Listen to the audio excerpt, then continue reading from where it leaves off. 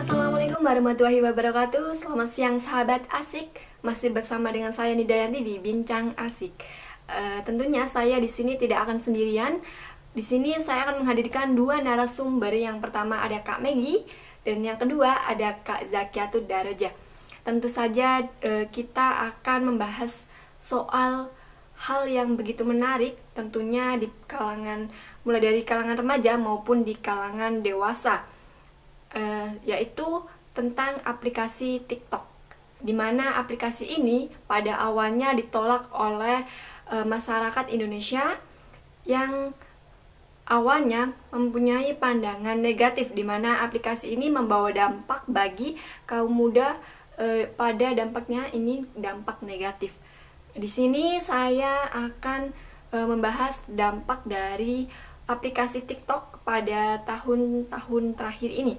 Tentu saja kita membahas dampak ada dua, yaitu dampak negatif dan dampak positif. Di sini saya akan bertanya kepada narasumber saya. Yang pertama ada Kak Zakiatul Daroja. Bagaimana menurut Kak Zakia, apa sih dampak negatif dan positif dari aplikasi TikTok? Tanggapan mengenai dampak negatif penggunaan aplikasi TikTok. Yang pertama, adanya pemborosan waktu. Maraknya penggunaan aplikasi TikTok dapat mempengaruhi manajemen waktu oleh setiap orangnya bila tidak diatur secara baik. Kemudian yang kedua, timbulnya hoax.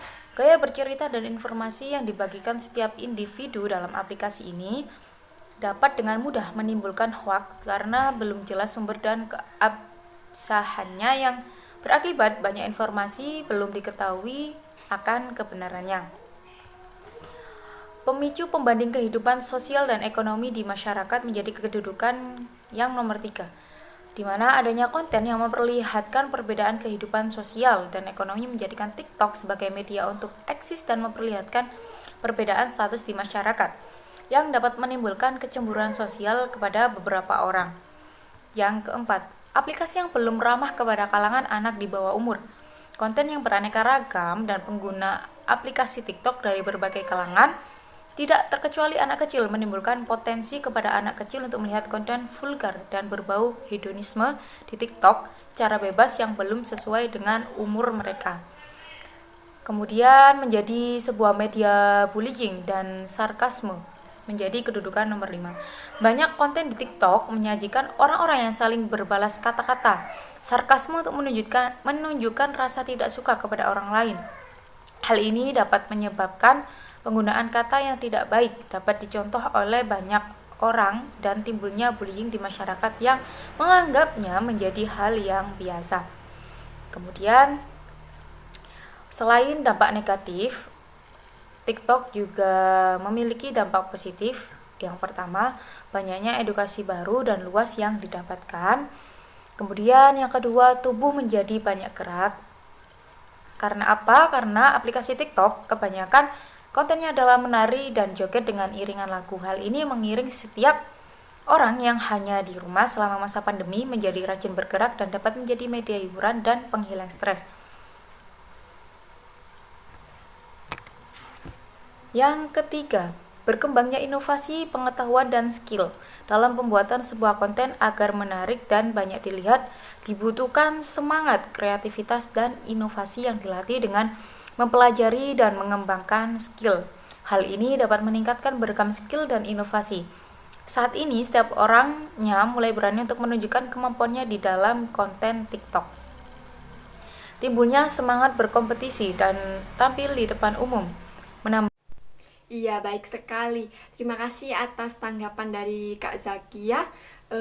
Kita lanjut ke narasumber yang selanjutnya, yaitu bagaimana menurut Kak Megi dampak dari aplikasi TikTok ini?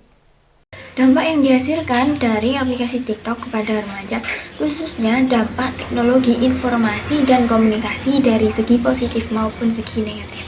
Dari segi positif sendiri, aplikasi TikTok memiliki Beberapa manfaat untuk remaja, salah satunya yaitu sebagai salah satu aplikasi yang dapat mendorong ekspresi kreativitas seseorang, dapat melatih diri remaja atau anak-anak untuk mengarah skill editing video untuk konten-konten yang lebih bermanfaat dan menciptakan suatu karya yang bagus. Iya, sahabat asik, begitulah pendapat dari kedua narasumber kita yang telah hadir pada hari ini. Mungkin acara pada hari ini sampai di sini saja. Di lain kesempatan kita akan berjumpa lagi dengan obrolan yang begitu asik. Dan selamat jumpa dan salam sejahtera, sehat selalu. Wassalamualaikum warahmatullahi wabarakatuh.